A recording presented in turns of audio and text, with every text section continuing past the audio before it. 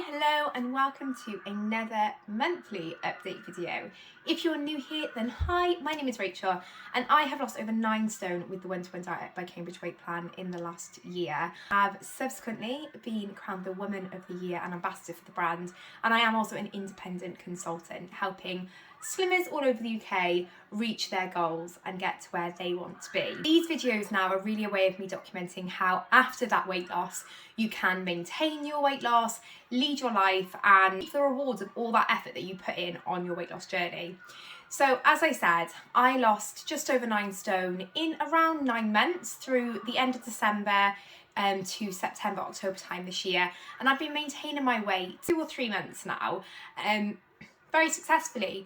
And whilst I did used to do weekly updates, which are all back catalogued on my Instagram page, which is at 1-to-1 diet wildflower, I have now decided to go to monthly updates because I think it gives a better and more realistic idea of what maintenance is like. I think when you're on a weight loss journey, the weeks are so important as kind of checkpoints and milestones, and you kind of evaluate how your previous week went.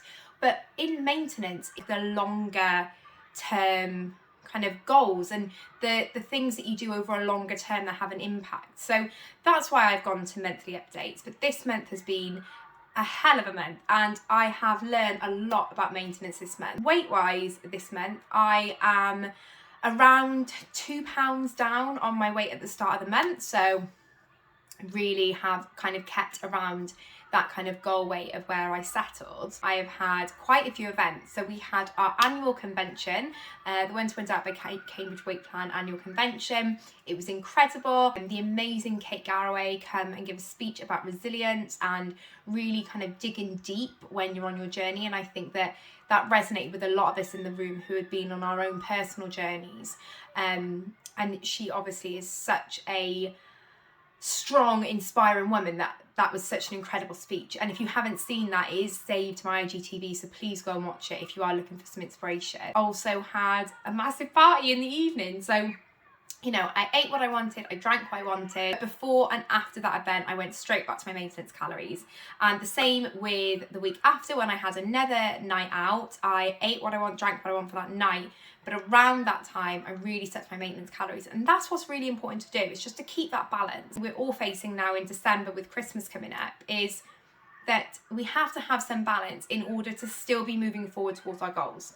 So we don't necessarily need to get to January and have lost the weight that we maybe would in a standard month, if you like, but we do want to get to January at least pointing in the direction of where our goals are instead of pointing in the opposite direction or veering off course. And so if we can stick to things that get us towards our goals on the days that we can, or even the meals that we can, we allow ourselves to come off and enjoy the festivities, that cheeky mulled wine, that Christmas dinner, without any kind of guilt or shame attached to it. I've definitely found that one thing that I struggled with after those events was that urge to kind of restrict right back and kind of go right back to kind of 1B, even though I hadn't stepped on the scales. I hadn't seen any damage that had been done, and that is something that I recommend to people, is don't get on the scales after those events, leave it.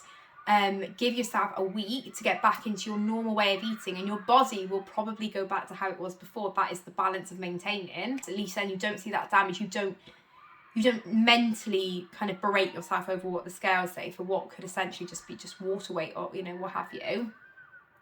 But I still really want it to go restrict right back down to 1B, which is what I had always done before. So that was a really challenging and difficult thing to try and kind of grapple with and deal with. But I stuck to it. I just stuck to my normal maintenance calories, and yeah, it was fine.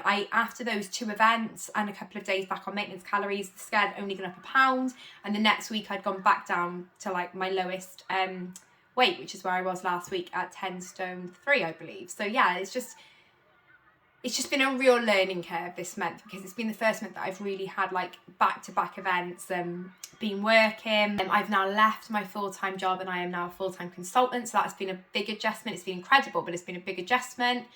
And yeah, it's just been a month of change and adapting to a lot of different things. But it's only whenever we make changes and we do adapt our styles and we do adapt what we've always done before that we make real long-term habit changes.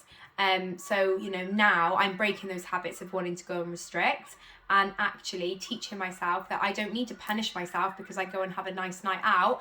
I can go and have a nice night out and just come back and go back to how I've always been. As we head into December, we've got lots of festivities, which is really exciting. But we've also got some difficult days. Would have been my mum's birthday on the 11th of December, which is a difficult day. And what I would say that nobody tells you is actually when your life is going really well and when you're your happiest is typically when grief is the hardest, and it's the hardest to deal with. And I've been noticing that in myself the last kind of week or so. I've really been thinking about her and what we would have been doing to celebrate her birthday now that I am so different, and that now I wouldn't have restricted myself in what I would have done. And it is hard, it's really hard. And I think, you know, what she would have given to see a healthy, happy daughter, it just stings a bit. And I think it can trigger those cues to want to emotionally eat and emotionally comfort myself with food.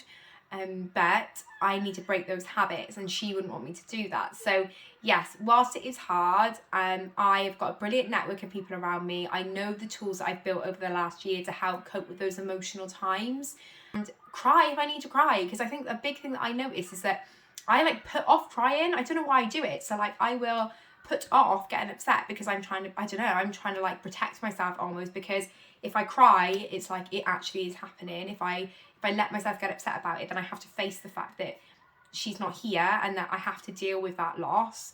But then all that happens is I carry it and it builds and it builds and it builds, and then I have a massive meltdown. So and I like allow myself to cry and feel that pain, because I know that once I felt it and kind of accepted it, it will pass. But yeah, it's something that I didn't expect would get worse when things are happier. But when things are happier is when you wish they were here to see. And so yeah, it is what it is. I always know this time of year is tough, but I have got a brilliant network of people around me. I know she'd be so proud if she could see me. So I will get through. And we've got lots of exciting things to do around that time. We've got breakfast with Santa Claus on the 11th of December, which was her birthday, like a big light thing in Butte Park in Cardiff by us on the Monday. So lots of things to keep us busy and excited. I have gone through and done my December calendar and my December plan. So I've planned what days I'm having off and what meals I'm having off. And this is something I really recommend to all of my slimmers and anyone else who's on a weight loss journey or a maintenance journey in December when it can seem very overwhelming. Break it down meal by meal, and you'll soon realise that there's a lot of opportunities for you to make good choices or have control. So that is what I did. And I think I realised that actually 87% of my December, I can make a good choice and it's not a meal or a day off. And I mean, 87% of anything is a very large portion. So I can do some real good in December and hopefully go into January with either a maintain or a small gain. I'd be happy with either. That was my month in a nutshell. My weight is down by about 2 pounds. My resilience, I feel, has gone right up because I've had these events that I've kind of managed really well. I'm feeling ready for December.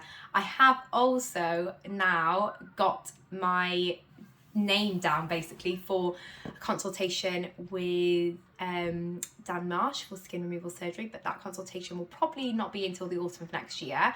But that also feels like a really big thing, that is like penciled in, deposit paid. I'm really looking forward to that, and I think I'm going to spend this next month enjoying the Christmas time and really starting to set out what goals I want for next year. This year has been a whirlwind, and I've had things happen that I couldn't have even imagined in my wildest dreams. So I think I'm going to spend some time this month figuring out what I want to achieve next year and what things I want to happen next year.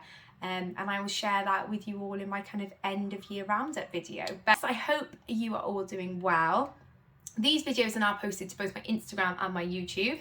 So if you are new here, please like this video, please leave a comment down below. If you've got any questions, leave them down below, and please subscribe or follow me if you're not already, to see more content that will help inspire and motivate and show the real life of someone who has lost over 9 stone and is looking to enjoy life now to the full. Thank you so much for watching, and I will see you all in my next video.